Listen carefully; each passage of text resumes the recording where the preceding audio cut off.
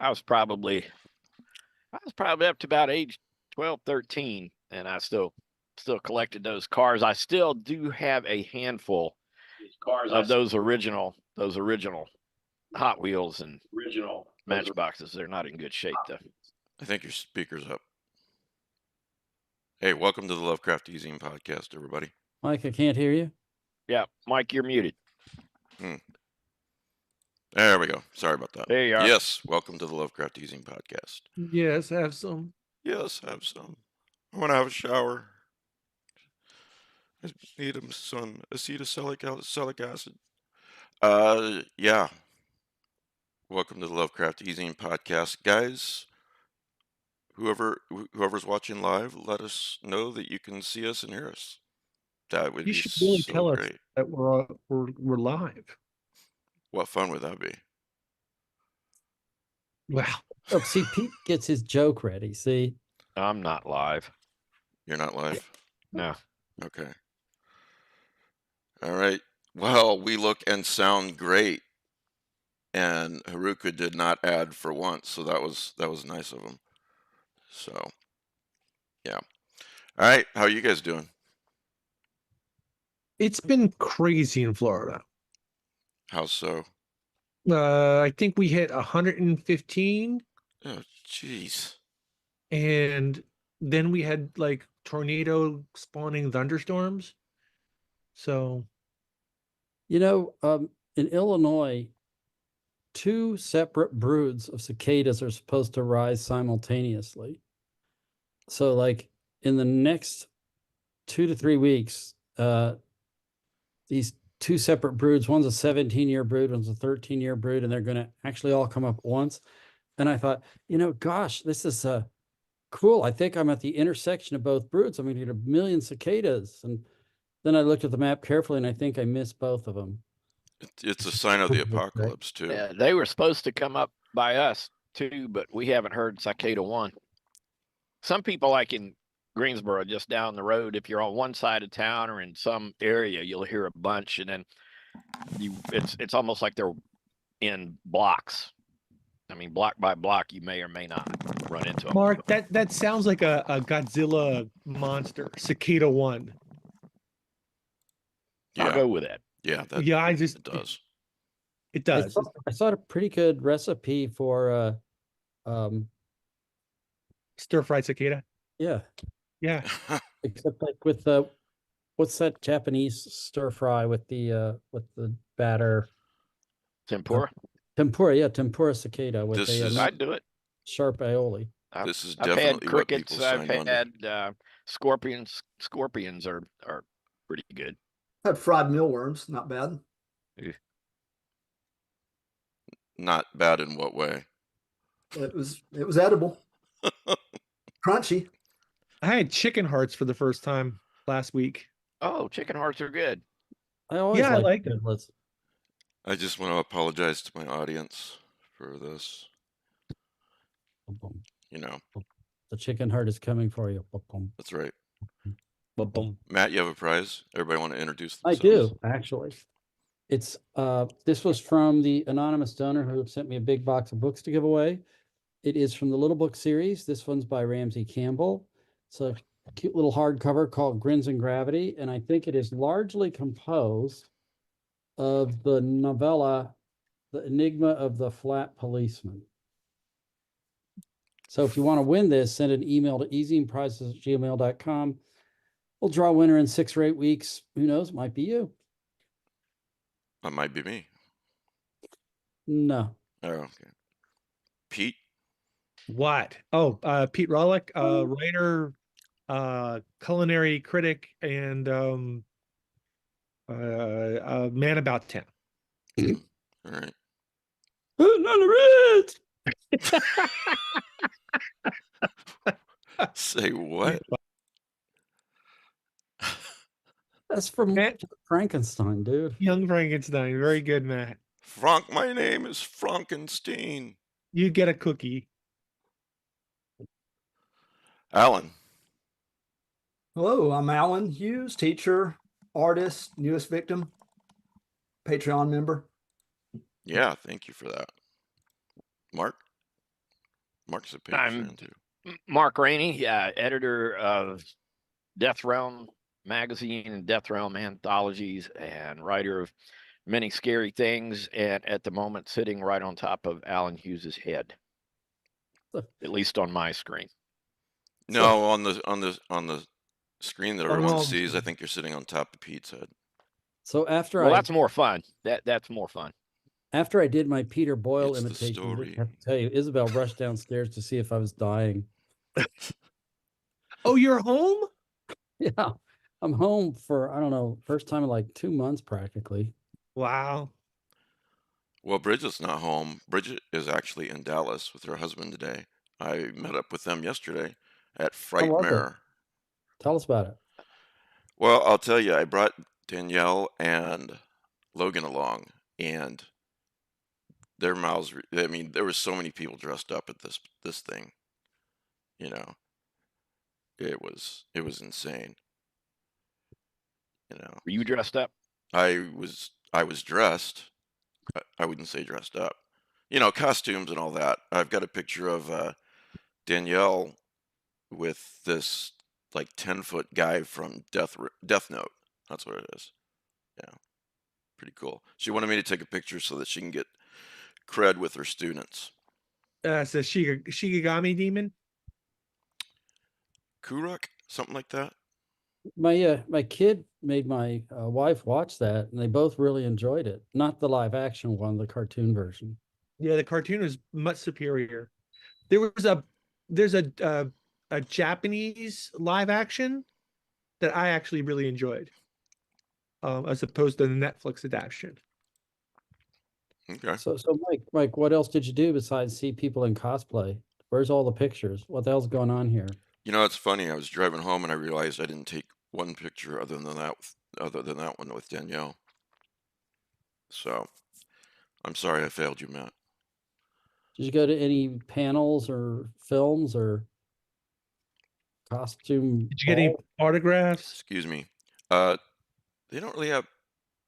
Well, no, I did not go to any panels. I did not wait in line for an hour and a half for an autograph from somebody. A lot of the cast of Scream was there, so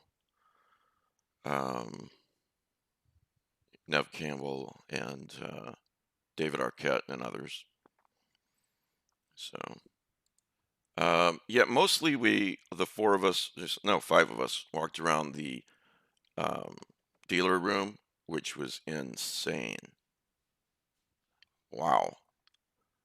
It was big. It was big. It was busy.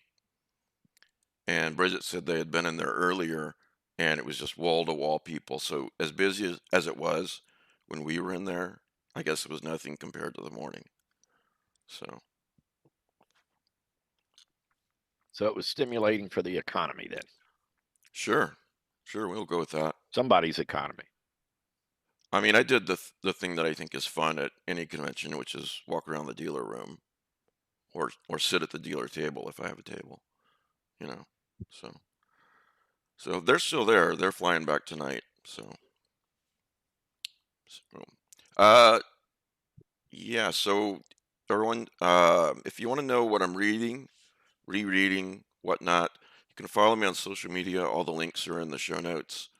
You can also just follow if you're not a Patreon and you can't afford to be a Patreon. You can join for free, and you'll still get social media stuff like that. So to those of you who are Patreons, thank you. To those who are watching live, good to see you, more or less. So I did a post earlier this week and asked people what the scariest novel was or novella was that they'd ever read. Oh man, did I get a lot of answers. 160 comments on Facebook alone. So thought maybe I'd read a few of those, but Pete has some books too. Right, Pete? Right, Pete? You're muted, I'm Pete. sitting there talking, but I'm muted. Yeah, it's been one of those days. So you want me to go through the stack of 10 books? Why not? Sure. That's what we're All here right. for. So we'll start with something really rather recent. Adam Neville's The Ritual. Hmm. I love this book, and the movie's pretty good too, but this one just breaks me. Because I did a lot of work in the woods and in remote locations, and you do come across weird things. And So like, you're talking about unsettling, scary, that kind of, you're talking about that. yeah. So highly recommend it. Don't just watch the movie, read the book. Yeah, I hope everyone's brought their number 2 pencil to write these things down today. All right. This one, I know a lot of people think Caitlin Kiernan's best book is whatever. I like The Red Tree.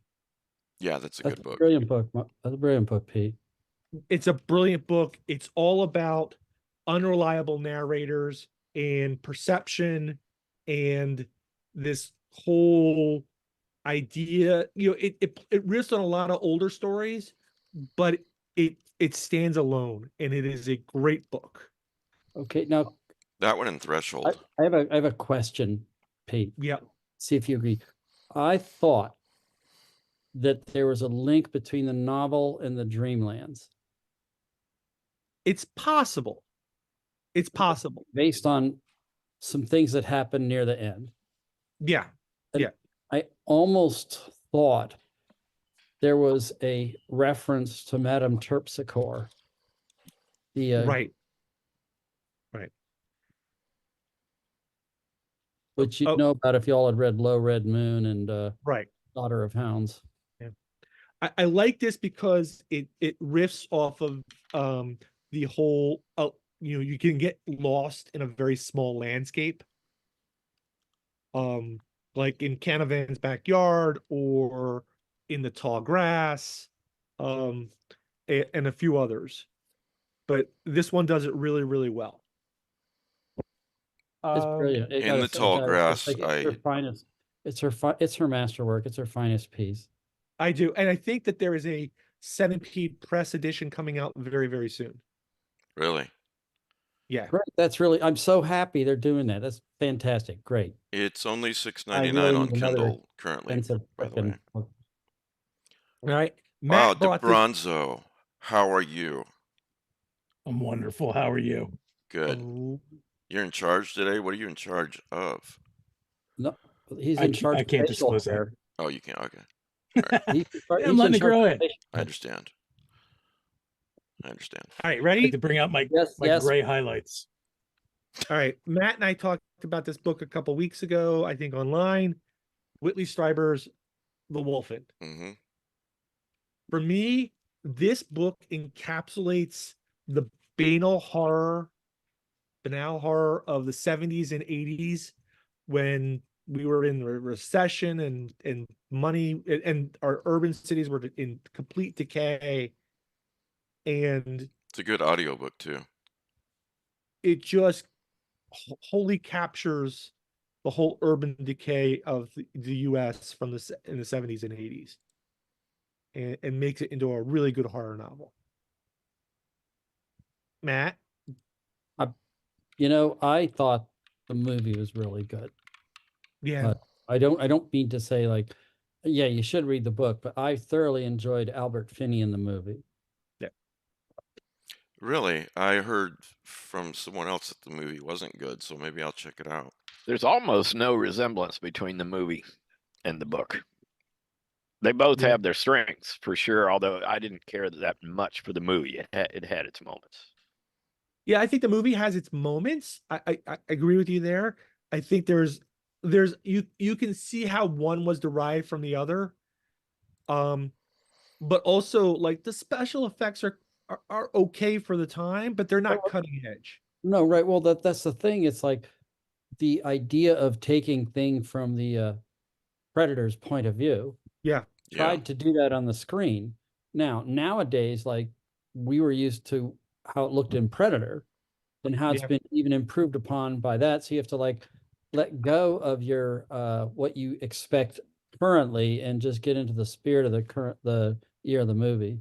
That's an interesting observation, Matt, that the special effects in Wolfen could be seen as a precursor to the special effects in Predator. Right. Yeah. Because one of the things they try to convey is, a separate kind of eyesight. And smell sight, if you Yep. know what I mean, in the novel.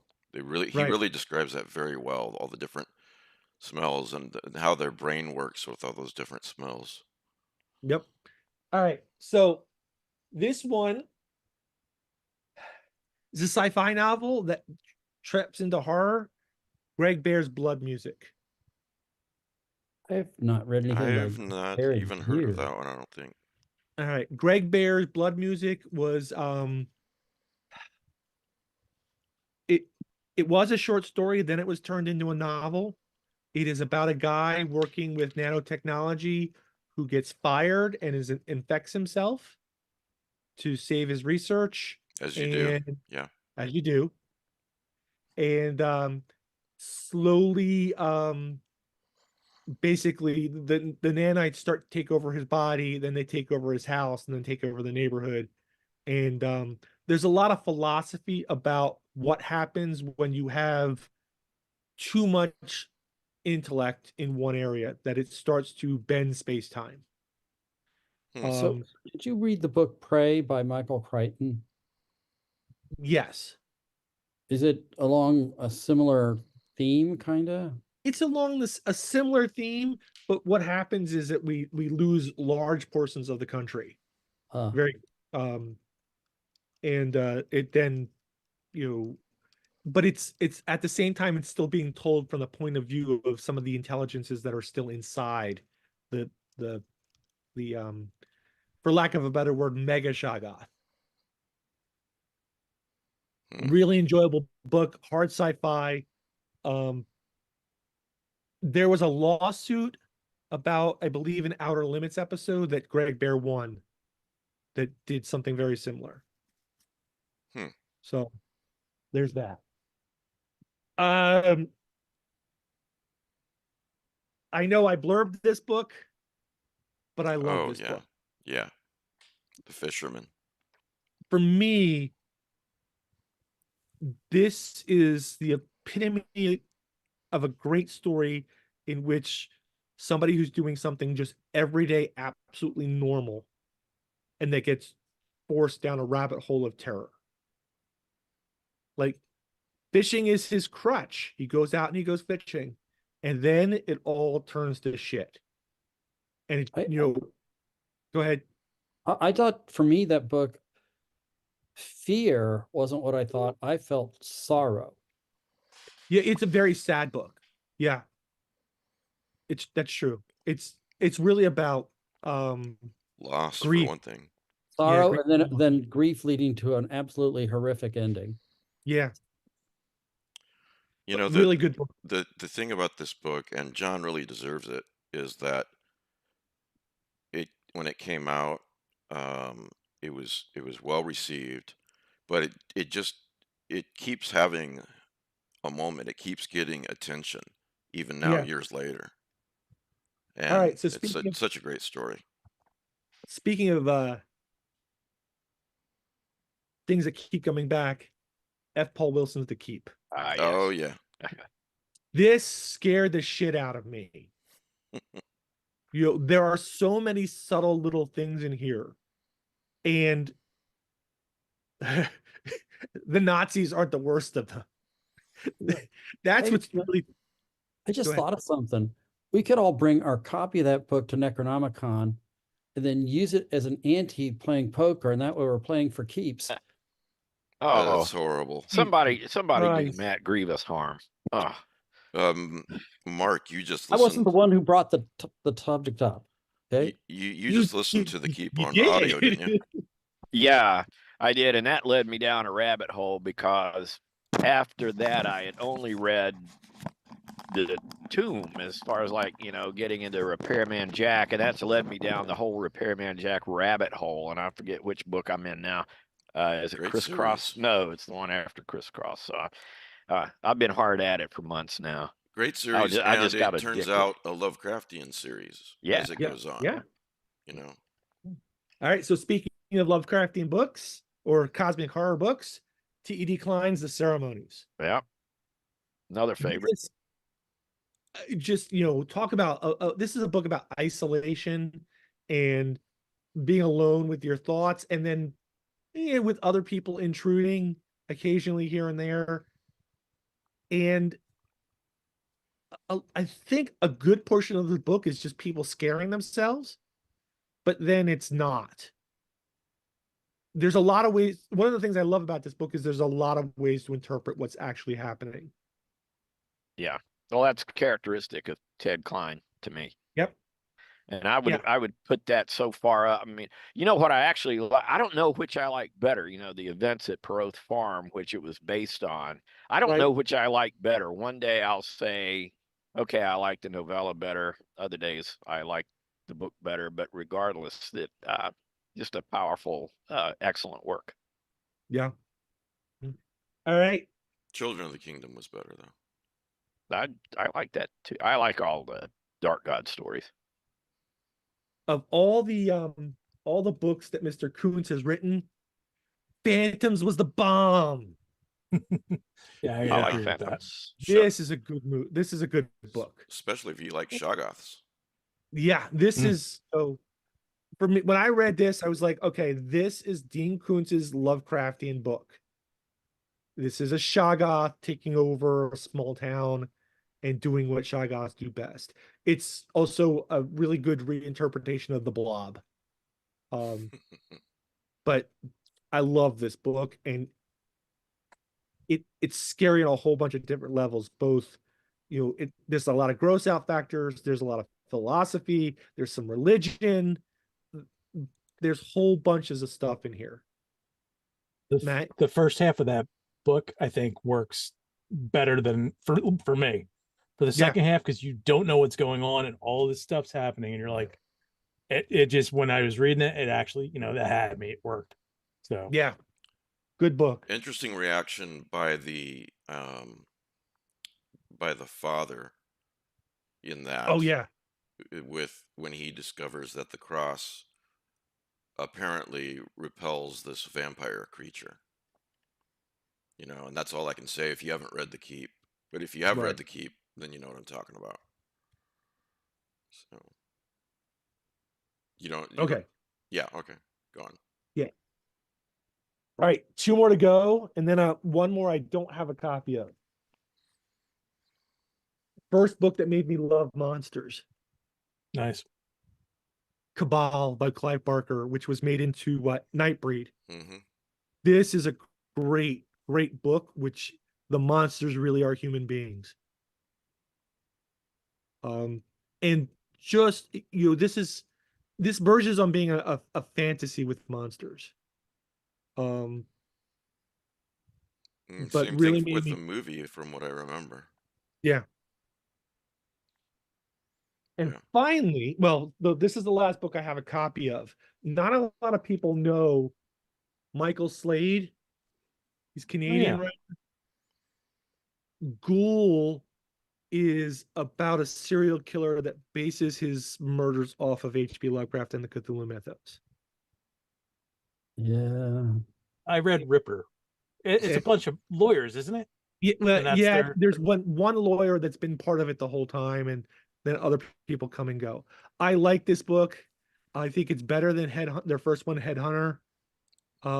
Obviously, Matt disagrees. Matt, you have a counterpoint? No, it's like kind of like you have these books that you read, for some reason they pique your interest and then they stay with you through the years. You may have a different response, and this, to me, I didn't have the same level of enjoyment as Pete. That's not to say I can't understand, because I got other shit books. I'm sure he would say yuck. But it's certainly a very readable book. Cthulhu Mythos, sure. Well, no. I don't think it is not a mythos book. It is, the serial killer is basing his murders off of the Cthulhu mythos. So that's kind of like Resume with Monsters, which isn't really a mythos. It's also kind of like Joe's first book. Right, but Joe's book was actually a mythos book. It was. This guy believes, but they're not real. where Joe's book is they're real. Yeah, I think for that reason, I found Ghoul kind of anticlimactic. It was like, oh yeah, we're just gonna do that. Okay. Yeah. What was the name of Joe's book? I'm blanking on it. His Um, first book. Nightmare. Nightmare's Disciple. Nightmare's Nightmare's Disciple. Disciple. Yeah, Yeah. thanks.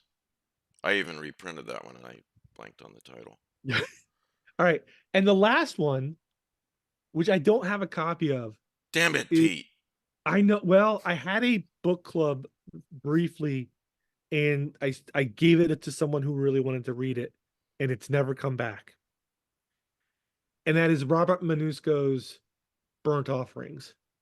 Hmm. Oh yeah. And if you don't know this book and you don't know this movie, it is a really great haunted house film, and a haunted house book.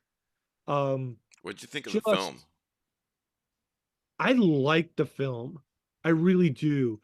Burgess Meredith and is it? I can't think of her name. Whatever happened to Baby Jane? Betty Davis. Betty Davis. Betty Davis. Betty Davis Yeah. eyes.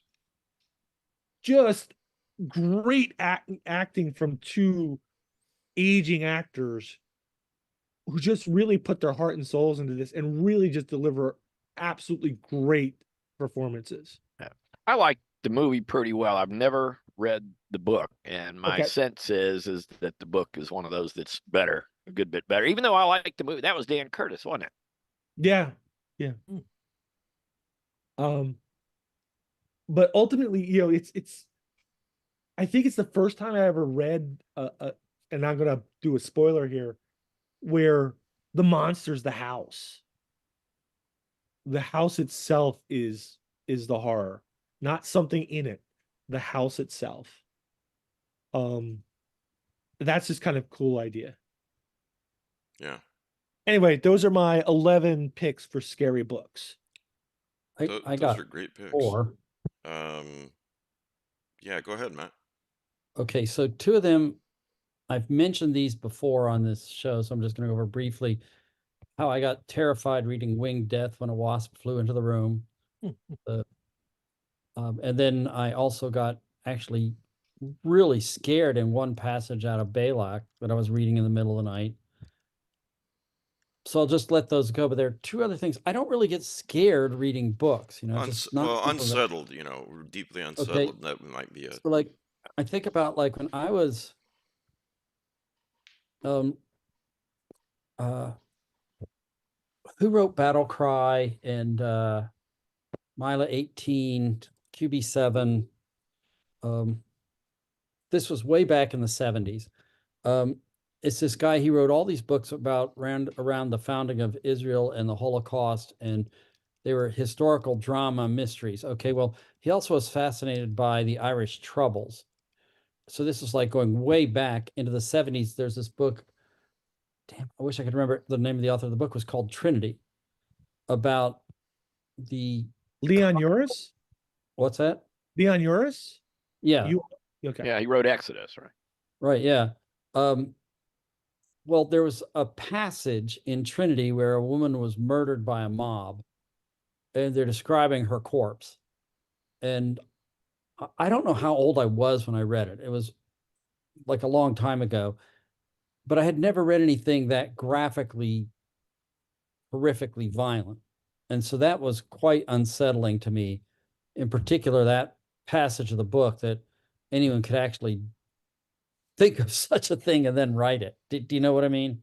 Yeah. So I don't even know that I don't even know if the book's aged well. If like you read it now, you'd say, I want a lot of horse manure.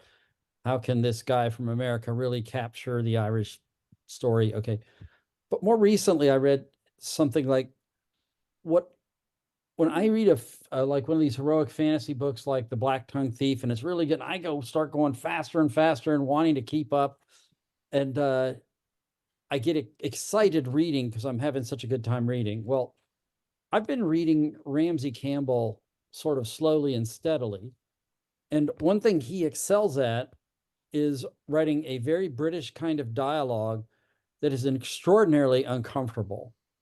where nothing is stated overtly and people are kind of taking jabs at each other without taking jabs at each other and not saying what they actually mean, but trying to get you to be guilted into doing something. So there's a fair amount of that dialogue, which kind of sets you like, when I'm reading, it's like my teeth are a little on edge.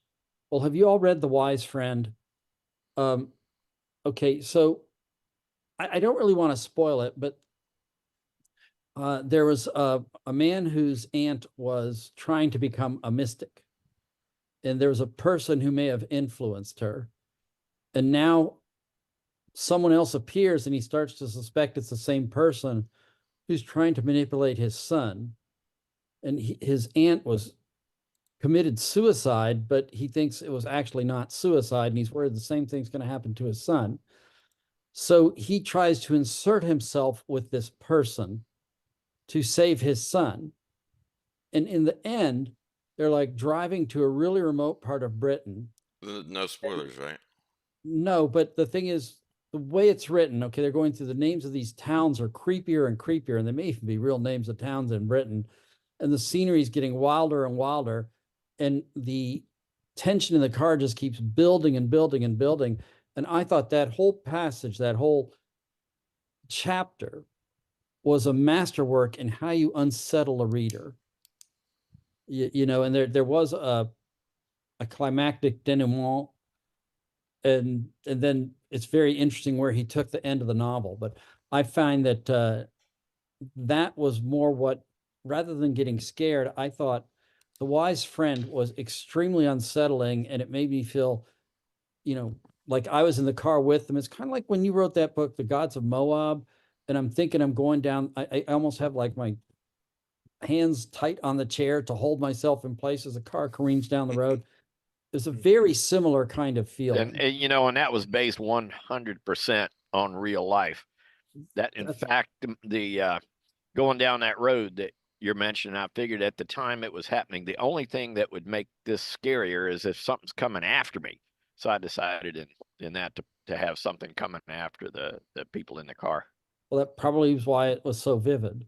But it's like this Ramsey Campbell novel, The Wise Friend. If you don't like uncomfortable British dialogue, you may be put off by the first parts of it. But when he actually gets into the occult aspects, I especially thought the end was extremely tense and well done. Speaking of Ramsey, I asked him if he'd do a list of books that he's read himself that have deeply unsettled him, just like you guys are giving a list now. And he said he would. It said it would take him a few months to get to it, but that he would. So it's going to be on the Lovecraft eZine website when he gets to it. Have any of you guys said Hell House Nope. by Matheson? That's a Because good. That's a really scary book. I remember I haven't reread it in a while, but I remember when I first picked this up, it's like The Haunting of Hill House is angrier, dirtier brother. You know, it takes that same premise, but it goes in much different places. And I'm like, that actually, there's parts of that were disturbing, but literally scary, just not like a gross out scare. Yeah. Like there's, you know, and I'm like, it just really, I had read Matheson's short stories, but that sold me on seeking out more of his work. And I'm like, this is great. And I always recommend that book. Do you guys find that setting, your personal setting, when and where you're reading the book, is a factor? Oh yeah. When I tried reading it when I was young, I think I was like 17, 18, I wound up reading it like late at night because I was a night owl from like 11 o'clock till 2 o'clock in the morning. When the apartment was quiet, all the lights are off, everybody's asleep, and I was sneaking smokes to go outside because my parents were sleeping. And I read that book, and each night I went back and did it and just freaked myself out. I literally, like, I don't want to go outside and smoke a cigarette, but I do. And I read Phantoms not too long. I can't remember if that was before or after it. And like I said, the first, these are both like one after another. And that first half of the book where you don't have the answers, there's another thing. Read it like weird wee hours of the morning when it's quiet and your imagination is just going wild. And it works so well. It made it that much better. So yeah, well, definitely. I credit the setting of where I first read Lovecraft when I was in college. I lived out in the sticks in this house, nothing else around but woods, and in a house with 5 other people. And on this particular night, a friend of mine had given me a bunch of Lovecraft books. So just one night I was in the house by myself. I remember I read The Haunter of the Dark, Dreams in the Witch House, and Block's Notebook Found in a Deserted House. And that was the first time since I had been about 3 that I literally could not go to sleep, man. I think I left the lights on that night, you know.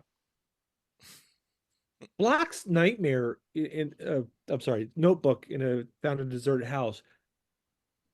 It's in many ways, I think of it as the start of the found footage. I can see that. Except it's a journal, right? You know, Right. and it's told from the point of view of this little kid. Yeah. Which, you know, allows, because you're telling it from the point of view of a little kid, not all the connections are being made, and everything he's seeing is not being completely understood until much, much later. So it's kind of fun when I think of it that way. The actual beginning to found footage may be the earliest that I've seen, in this case heard, is the old time radio show Suspense, and it's a story called Ghost Hunt. And it's basically these investigators spending time in a haunted house, and they're recording it.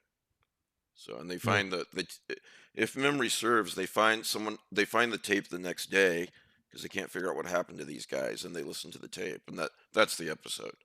So, There's a and you can listen portion. to it on YouTube or wherever.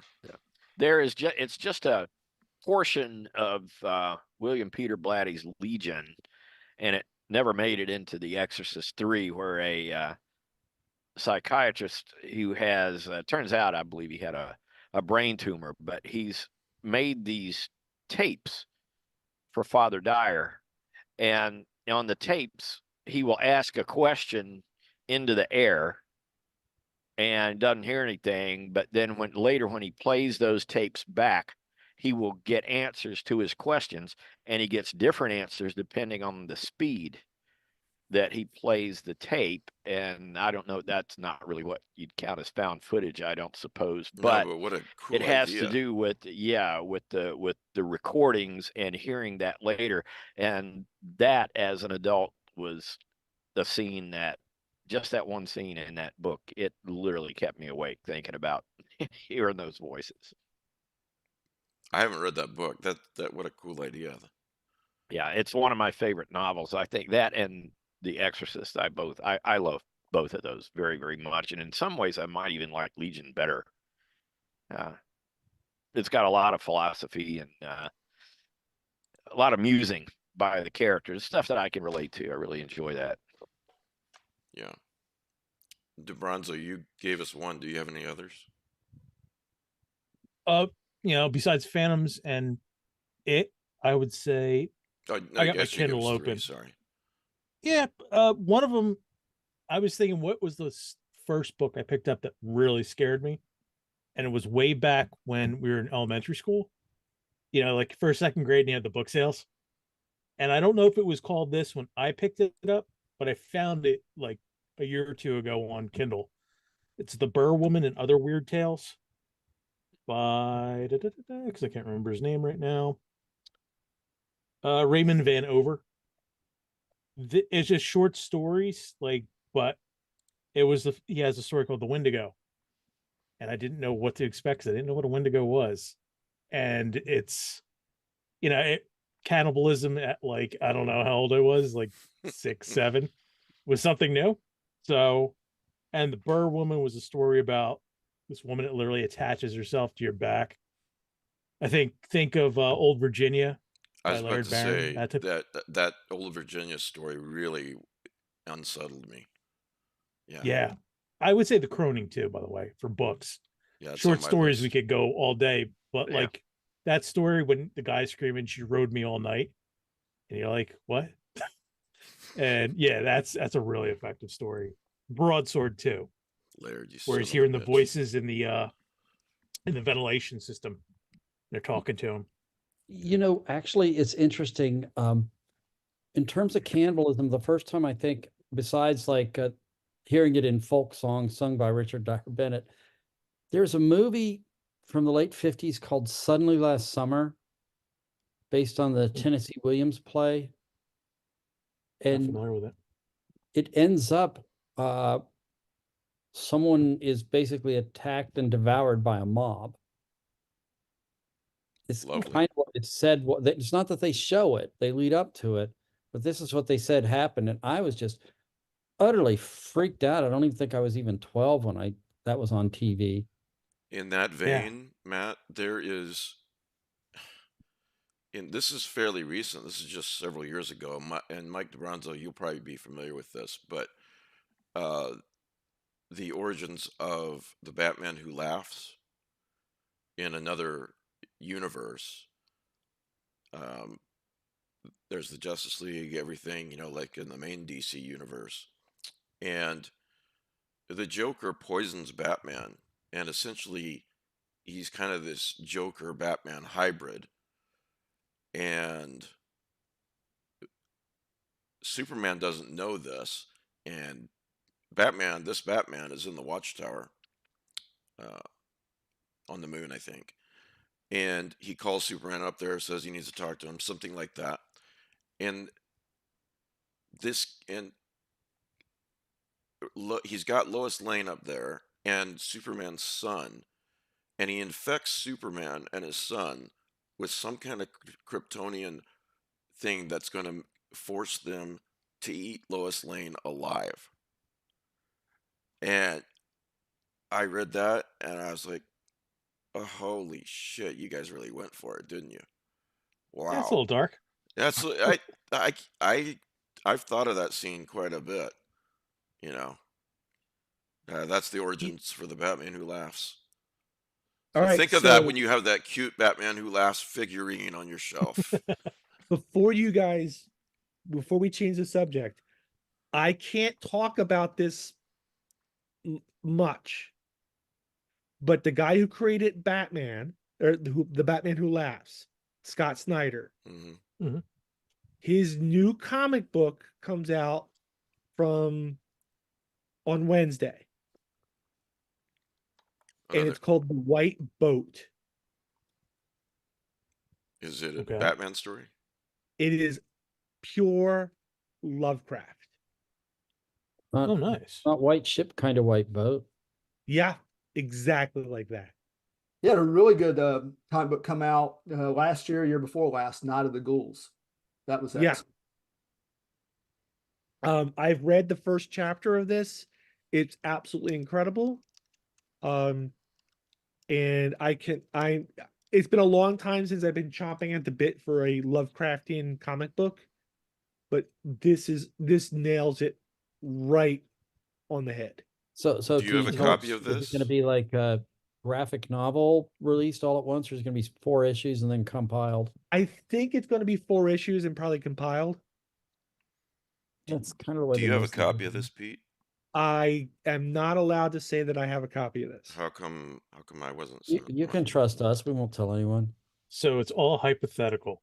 It's Yeah, all this could be hypothetical. happening. I never learned to speak hypothetically. If this was happening, would they want to give the Lovecraft eZine podcast guy a copy?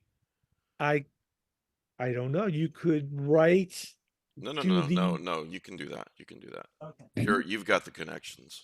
You're the man behind the man, Pete. That's right. Get him on the show. I'll see if I can. Oh, I had to when Scott Snyder was at MegaCon in Orlando. I had to stand in line for an hour to get stuff signed. So, yeah, including my Batman Who Laughs promo poster. But anyway, I will see what I can do. Also, John Connolly, remember? Yeah, I'll try that too. Okay. My emails to John Connolly have gone nowhere, but I'll try again. Yes, Hayden.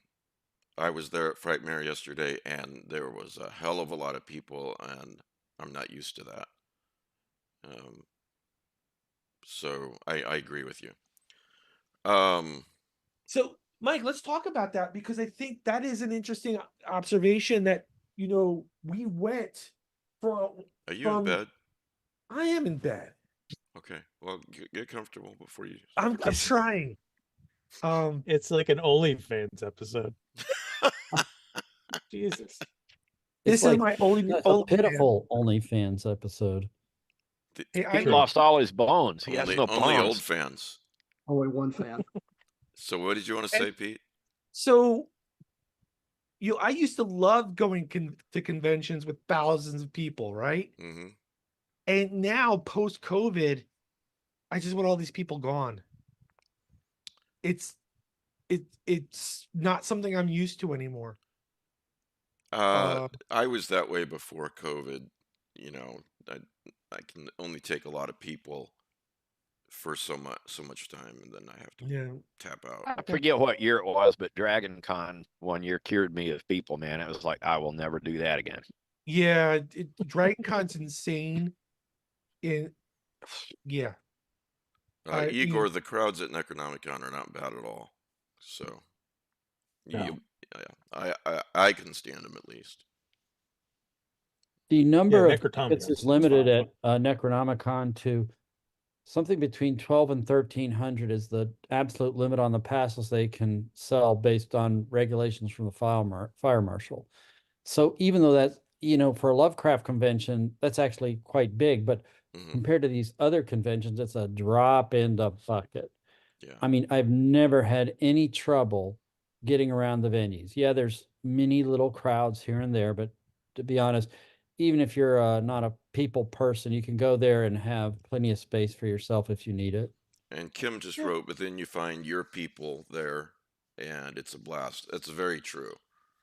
So, yeah. For all your people. But don't think it's too crowded for you to enjoy it. They have an upper limit on the number of people they can allow in. Yeah, there was culture shock for me yesterday comparing it to Necronomicon. I mean, I knew it was huge, but now I really know it. You know what I mean? Yeah. So let me ask you a question. Did you have cosplayers that were on stilts and multiple stilts and there were stilts, yeah. And dress trains that were 30 feet long? I didn't see that, but I saw several stilts. Okay. Either that or these people were just naturally 10 or 12 feet tall. No, you remember when I was at MegaCon, I think I saw people that were dressed like Skeksis, like full-size Skeksis. And then there were people who were on all four limbs had, stilts. There were some really interesting costumes, I'll tell you that. I don't know why I didn't take more pictures. And honestly, I think it's brilliant. It's absolutely beautiful. And then the paranoid guy system is like, the moment there's a fire in this place, you're dead. Mm-hmm. Because you're going to get because they will not exit in an orderly manner. I guarantee it. Yeah. Anyway, I was looking at that the last big con I went to, and I was like, yeah, the first time that we have a fire at a con and cosplay people get trampled and killed, it's going to be all over. And a lot of that stuff just goes up like that. Yeah. And I love it. It's beautiful, but also it's not practical. Well, Necronomicon. About the cosplay in Necronomicon, most of it is confined to the Eldritch Ball. Yes. There's a limit of 300 tickets, again, set by the fire marshal.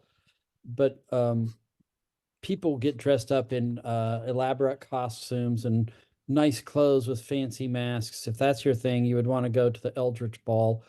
Last year, one of our panelists, Bridget and her husband, Mike, were actually photographed and ended up in the New York Times. And she was wearing, I think she had was it a plague doctor mask? Yeah, I think so. So if you really like getting cosplay at Necronomicon, yes, some people do it. Mostly it's people wearing their favorite Lovecraftian t-shirts. And they have people in monster costumes at the opening ceremonies. But if you really like to get dressed up, you would go to the Eldritch Ball. Well, So- Pete, I had Igor just about talked into going to Necronomicon, and I think you've just talked him out of it. No. With your No, doom. Igor, you should definitely go to Necronomicon. It's a much Pete. it's a much more controlled con. Right. Pete Rollick, shut your whore mouth. Look what you've done. But seriously, this fucker's 90 days away. Yeah, I know. Yeah. I It's gotta 90 days gotta away. get going on some shit. And we don't even have guests of honor. I guess I Well. have to confess now. I'll let the cat out of the bag. That even if it's not me, it should have been. Are you gonna Yeah. be shaking hands? Just like I always go offering out it? shaking hands. I give out autographs. Do you charge for People autographs, Matt? people who don't want them, I sign books by other authors. So glad you came. Exactly right. Hope you enjoyed the show. Exactly right. Tumbler with ice in it, no alcohol, just swishing around. Walking. Exactly. That's brilliant, man. I'm gonna steal that one too. All right, guys, I gotta go and do dinner, so I'll talk to you guys later. Bye. All right. Well, See ya, Pete. if you can See make ya, it out Pete. of bed, sure.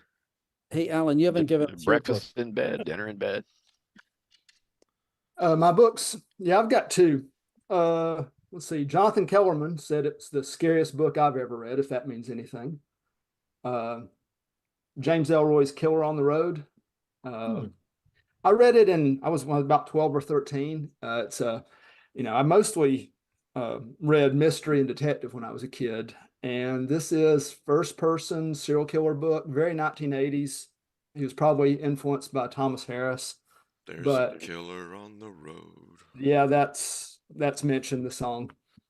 And he it's body horror. It's graphic first person descriptions of killing. And when I was about 12 years old, that was a little too much. Yeah. So that's my first one. And Mark, what you said about just the time and the place. This is a really recent book, Grady Hendrix' newest one, How to Sell a Haunted House. And it's about a woman, her parents died in a car accident, and she's having to take care of the estate while dealing with a sibling that's uncooperative. And then there's a strange puppet that her mother had. And I don't know why me and my wife decided to read this when we were going through the exact same thing. So taking care of some estate issues. So at least we could say, at least there's not a crazy puppet after us. Are you sure? Well, that was the one bright spot in all of that from last year. So It could be. I've got a few here. The Croning was on my list, DeBronzo. Yeah. So there's that one. The Shadows by Alex North, a book published in the last few years. And also there's some really, if you're interested in lucid dreaming, that's a really good book to read. But it's a very creepy book. I think you're going to be creeped out no matter what. But as we were saying earlier, setting is a factor. I read half this book and listened to the other half on Audible, late at night. So, but there's some very creepy parts of that book that take you by surprise. A time travel book of all things called Time and Again by Ben Elton, Elton.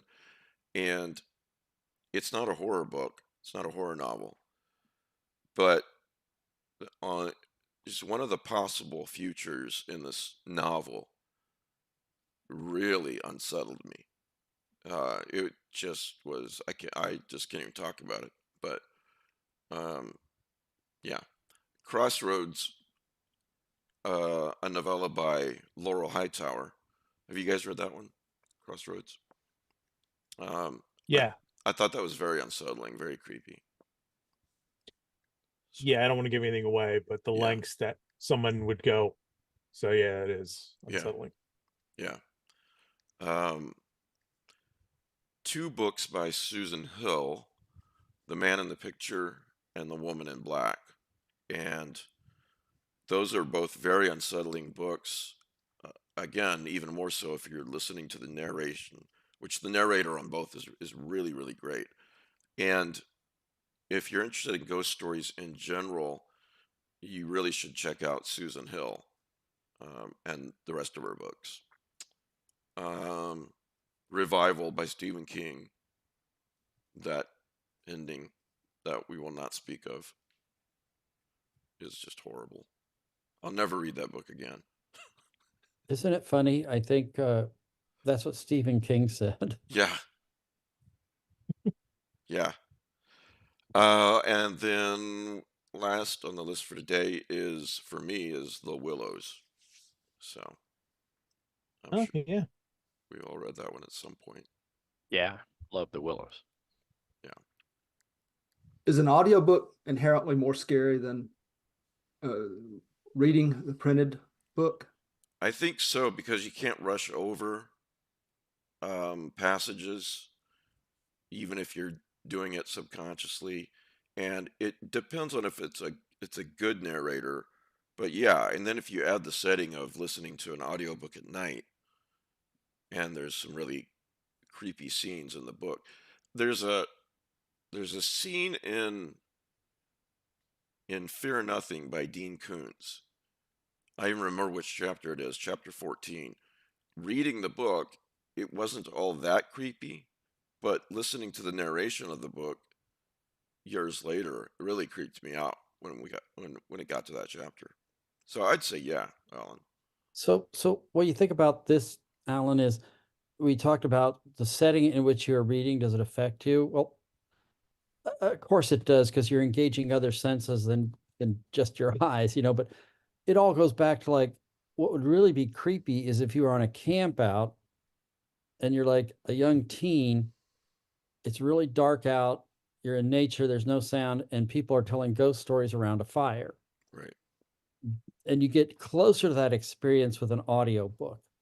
But that would be the place you get really creeped out, even by something, like guy had a hook. It's like just because of the setting and the atmosphere, and it's what you want at the time. You want to have a good, creepy, If you're chilling telling story. those same stories as a young teen at lunchtime at school, it doesn't have quite the same effect. No, apparently girls aren't impressed. I don't. Yeah, I'll bet you have a whole list of things that girls aren't impressed with, Matt. Yeah, I'm pretty much tops of the list. So cool. Nothing they can't prove. Not yet.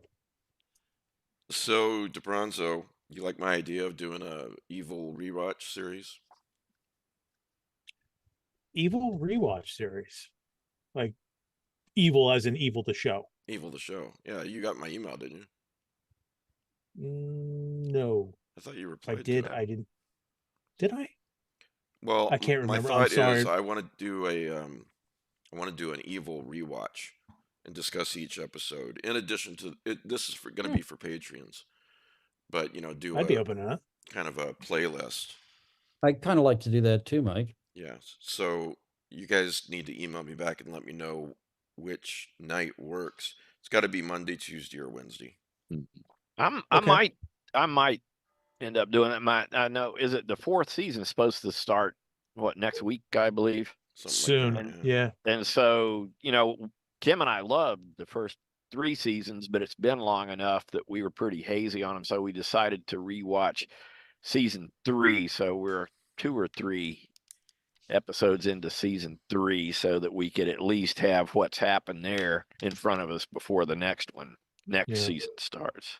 Not to get ahead of myself, Yeah. but I mean, I love the decision to put her house right underneath a train track was just genius,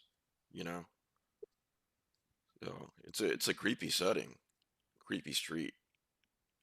So there's some generally disturbing, genuinely, not generally, disturbing episodes where stuff happens that I'm like, this is really effective. Yeah. Mhm. I don't want to give anything away because we're going to talk about it. One of the But, things I yeah. love so much about it, though, is that it can transition from side-splitting humor to just really dark and scary Yeah, seamlessly. You know, there's no like, wait, that shouldn't be there or anything like It's- that. it's So a good in, balance. in the Yeah. movies, the best movie for that technique, going from a laugh to a yelp, was in Jaws. And Captain Brody says, I can pull the board apart. He should try some of this shit. And he's like, Yeah. Yeah, then the shark comes up. When in the theater, I yelped and jumped, I think. I Oh yeah. was like 15. I don't know. Yeah. My favorite scene there was probably when Ben Gardner's head floats out of the boat. And then see back Yeah. in those days, I was what, 15 going on 16 at the time. And back then, you know, there was no videotape or anything like that. So some friends and I would often tape record on cassette tape. We'd record soundtracks to the films and listen to them later, trade them. And I had taken my tape recorder to see Jaws. And when the head floats out of the hole in the boat, you hear everybody in the theater scream. And then some little kid yells out, "Hey, look at that head." I think everybody is looking at To the this head, kid. to this day, every time I watch Jaws during that scene, I hey, look at that head. So all of you have seen Evil then? Yeah. I've seen the first season. That's it. I'm not saying we need to do it I've every week. I was thinking 2 to 3 Excuse me. times a month and just go through all the episodes. I'd love for Yeah. the Patreons. Yeah, definitely. yeah, I can probably do that depending on the schedule. We'll have to see how Well, the why schedule don't you goes. guys email me back and let me know what night of the week would be good to record that for the Patreons. And Okay. if you're a Patreon, you're listening to this. I'm not. This isn't going to be all the Patreon podcast that you get for the next 3 months or whatever. I will still do the regular episodes too, you know. But or I will, whatever. But this will be kind of an extra neat thing to do. I think this will be a really fun thing to do. Yeah. So let me know which night you guys want to record, and we'll go from there. I Will can't do. do it. I can't do it Thursday through Sunday. You know, I got the Thursday night podcast now. Friday night we do, every other Friday night we do Hangout. the hangout with the Patreons. Saturday night, Matt does the movie night. So technically I could do it, but Matt couldn't on Saturday nights. And of course Yeah, the only day Sundays, that doesn't work for me really well is Tuesdays. that would or wouldn't. Okay. But not because that's when our community band has its rehearsals. Okay, so we need to do Monday or Wednesday night. Is what you're saying? We'll figure it out. Yeah, and you know, if you all end up doing it without me, I'd probably just watch the episode and then watch the episode that you guys make. You know, so don't have to have me in it. You know. Oh no, if we have to do this, you do too. No, I think this is going to be a lot of fun. I think the series is a lot of fun, and this is just a great excuse for me to rewatch it. You know, because I've seen it Yeah. all one time, and it's a show that I'm thinking rewards rewatching. You know, I'm hoping. I know they have bonus episodes since the fourth season was. You know, they're not going to get to make a fifth season. yeah. I'm hoping it wraps up nicely. And you know what I'm saying? Well, I think it probably will since they know this far in advance. Yeah, but I don't know. It kind of sucks when stuff gets cut short, and you know, and they wouldn't have. I don't think they would have gone beyond season 5. No. I think that was all the story that they're going to tell. So, hoping for the best. And I'm with Mark. I really can't remember where season 3 ended up, so this will be good too. Or maybe I should watch it. We won't get to season 3 before they start season 4, so maybe I should just watch a YouTube summary or something. So anyway, there's that. Thursday nights, for those who don't know, on Thursday nights, we're doing late night with Lovecraft eZine. It's just me talking to whoever's watching, and surprisingly, people actually are watching. So I started this as an experiment, and I guess everybody really, really likes it. So every Thursday, 11 p.m. Eastern, 10 Central, 8 Pacific, we're doing late night with Lovecraft eZine, which would work even if you're in the UK. Still late night, probably like 4 in the morning or something. And Kat's been getting on there. Kat Pulver's been getting on there at like Oh 5 in the gosh, morning that's her so time. fun. Yeah, she's I've really not liking heard it. from her in ages, Yeah, just because of the time difference. yeah. So, so yeah, not that you can't watch those later on YouTube, you can. But there's something about a DJ late at night or a talk show late at night, like a Art Bell type of thing. Not that I'm trying to be Art Bell, but just that sort of in the spirit of that, if you know what I mean. So It's yeah, pretty fun. check that out. It's pretty fun. You're just riffing on topics, from one to another. It's a good vibe on the show. Oh, thanks. You should have Bridget do like KAB type breaks for you. So every That's a once in good a while, you idea. just hit that music. Dun, dun, dun. Welcome to KAB. KAB. KAB. What were the? I can't remember the name, the number of the station, if it had one. Yeah, I'm drawing a blank on it. Yeah. So, all right, talked about that. Oh, did you guys see my picture on Facebook of the book house? It's Yes, it did. lovely. It looks Um, really cool. Yeah. I look forward to people stopping by to go, are you open? It's When do you close? it's What a are your days? fenced-in yard, but thanks for the idea. Yeah, it's a fenced-in. Yeah, there you yard. go. Put that Some out to the things world. fences won't stop, That's Mike, true. especially late at night. You don't know That's right. what might be creeping around out there. Which is a lot of the time when I'm out here, actually. Yeah, for those who don't know, my new office, I named it the Book House. Coffee's free, so I'm sure you all know where that comes from. My sister-in-law, when she heard I was naming it the Book House, had someone make this signage for it. It was a complete surprise. Sent it here, and Danielle put it up last night, and she did a great Nice. job. So I stood beneath the ladder and handed her things as she needed them. So I helped.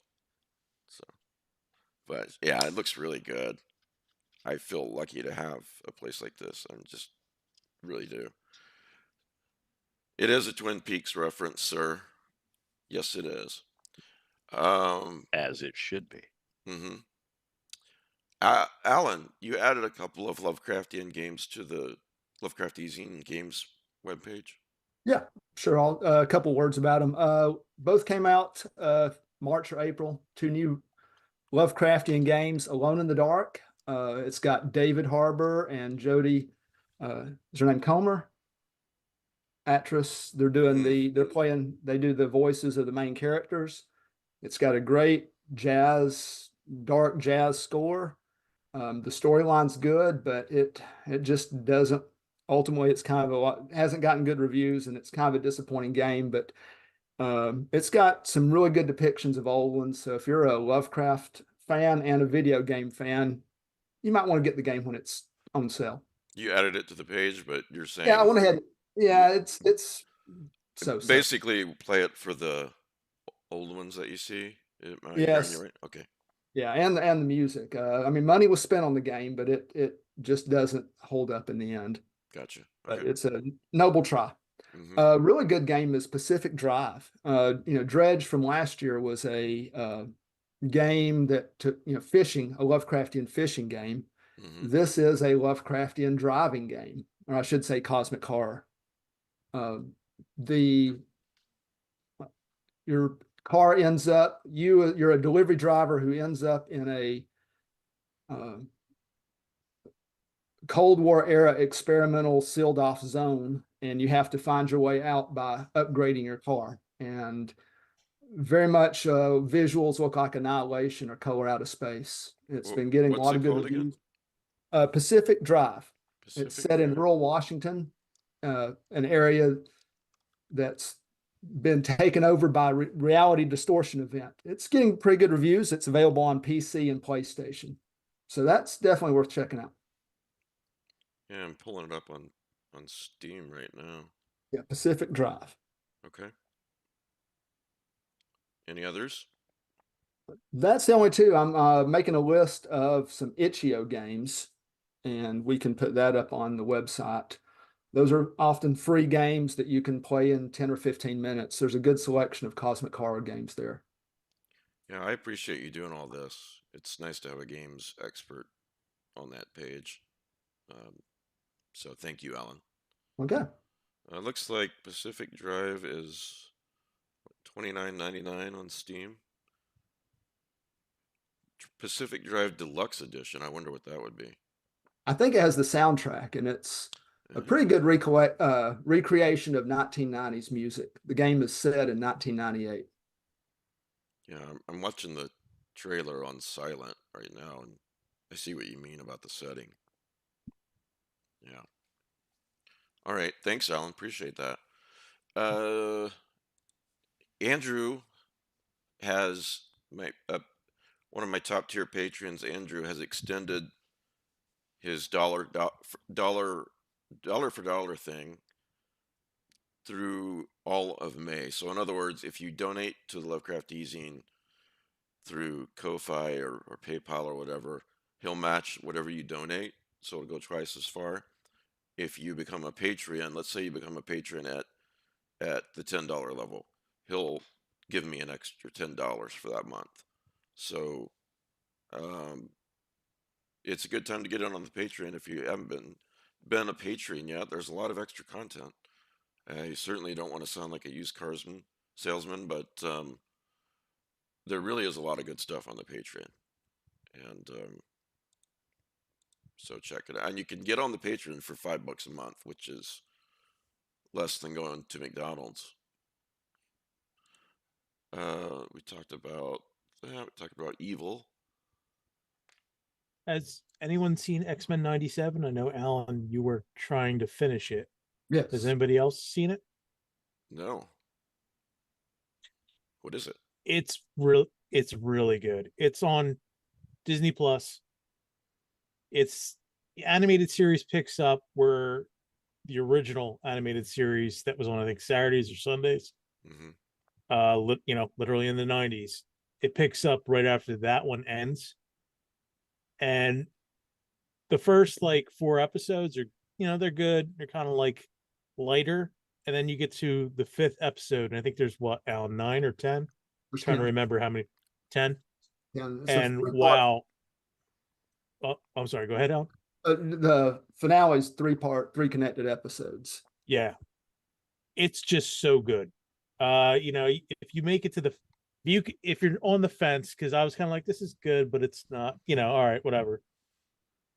Then like we watched the 5th episode and it just was like, wow, that's really good. And from then on, it's just like, can't wait till the next episode. It takes a lot of the storylines from the comics and not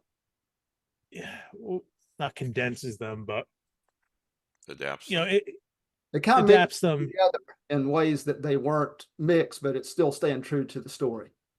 Yeah. And I could pick out stuff, even if I stopped reading at a certain point, which I did back in the day. I'm familiar with later storylines, even if I just looked it up to say, okay, where did they go after? And it's done very well. And it's like man, I highly recommend it. I want to talk about it, but I don't want to give it away if somebody's interested in watching it.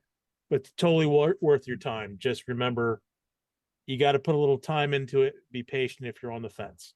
Once you get to a certain point, you're not going to be on the fence anymore. I can't wait till season 2. This reminds me of, by the way, the Oreo cam. There you go. Matt's rolling his eyes right now, I'm sure. But you can see how Oreo contributes to the podcast right there. There you go. Laying on the chair, sleeping. Very, very active contributor. Yes, absolutely. She's moral support, I would say, more than anything. Reminds me of what Ben told me about the new Doctor Who series. He said the first two were terrible, not the introductory ones, but this season. And then he said that the third one was awesome. So Yeah, let me just be clear. The early episodes aren't bad. They're just lighter in tone, and I think that was deliberate. yeah. So when they get to that certain part of the story, it builds up, and when things take a serious turn, and there's like literal consequences for these characters, and in general, it works much better. Oh, well, according to Handelman, I should not waste my time ever watching those two. He actually begged me to never watch them in my life. Oh, Doctor Who? I don't know. I haven't watched any of the new Who. I'm just, as far as the X-Men go. Oh, X-Men. It's probably It's probably I've seen a lot of people say it's the best adaptation on screen of the X-Men so far. And I think it's more loyal, and it's definitely engaging. I mean, the Fox movies really kind of like, there's a few that were good. This, they don't have to worry about a budget or paying actors, big actors. Or a confusing timeline. Yeah. So they can kind of go and do what they want. So highly recommend it. Alan, have you seen the new Doctor Who? Yes. Yeah. I'll agree with Ben, I guess, on the first episode. I hate the second. Second's worth watching. It's not bad. It's better. When we say first episode, we're not talking about the one from several months not ago. The specials, not the Christmas special, Okay, not right. the church on Ruby Road. Right. That was the new Doctor's first full appearance. And then the Space Babies was the first episode. That title alone probably yeah. The second one was pretty good. I think it well, I shouldn't say pretty good, but it did lay some groundwork. They mentioned that some new villains that are coming, and that kind of got my interest. Okay. And then the third episode, Boom, was the best so far. If Ben liked it, he knows what he's talking about. Well, do I need to watch the first one? I don't think so. Okay. Especially the first 15, 20 minutes of it are exposition for, I guess I assumed the new Disney Plus viewers that have never watched Doctor Who before. Oh, wow. So it's well, I will tell you this. I'm all for this new Doctor. I think that he's a great choice. I wasn't a fan of the special, the Ruby Road special. The musical part of it, I'm like, come on, we're it's a musical? What? Ben said that he disagreed with me on that, but take the parts that I hated the most about Ruby Road and think about them for the first two episodes. So, something like that. Anyway. What else do I have here? Oh, yeah. There's a new series called Realm of Shadows, starring Tony Todd, now available on video on demand. Realm of Shadows, in which even the most shocking stories are based on true events, starring horror legend Tony Todd. Which I don't know, maybe that means that the name of somebody is correct. But anyway, I want to make everybody aware of that. I'm going to check that out. And then, what? What's that on? They just say video on demand, so I would assume like Vudu and Amazon and those types of places. You guys remember the movie Underwater? Yeah. Excellent. Yeah, I'm not sure if I should talk. It's been a few years though. The spoiler at the end. Has it been 5 years though? I don't know. Remember, if it's been that's 5 his rule. years. Well, there's a bloody disgusting article where they talk about that was kind of meant to be that from the beginning. I guess I can't talk about this. Never mind. I will say, seeing that, I was so happy I saw that on a screen, That's on a true. big screen. So when that moment comes, it's just like, wait a minute, it's big enough where like, oh shit, I think that's who I think it is. Hmm. And that was just like, it was great. Hey, I know you. We saw that on movie night. It's actually quite a thrilling movie. Very good action. Yeah. And it doesn't waste any time. Yeah. That Survival opening's horror. really good. Yeah. A place that I would not want to be trapped at, even in a good environment, the bottom of the Oh, fuck ocean. no. No That thought thanks. terrifies me. Huh? I said that thought terrifies me. Yeah. Yeah. We had a fun movie from movie night Saturday, Matt. We watched Evolution. Have y'all seen that? Oh, I love that movie. A long time ago. David Duchovny, right? Yeah, except, one of the other guests started to try to discuss how the number of base pairs of the alien entity would make it more subject to evolution. It's just, come on. No, that's not how it works. And just because they just made these organisms recapitulate phylogeny on Earth. Do you know what I Took the mean? words right out of my mouth. Yeah. Yes, I was going to use that same word. Uh-huh. But that's not the way it happens. It's a random event each time. I mean, anyway, it's a fun movie with lots of great lines that, oh my gosh, if we had gone to a bar afterwards, we would have been quoting them to each other. There's always time for lube, or the guy standing up at the mall going, caw, caw. I mean, I was in stitches. It was an Ivan Reitman film. I didn't notice before last night how many beats he took from Ghostbusters. Yeah.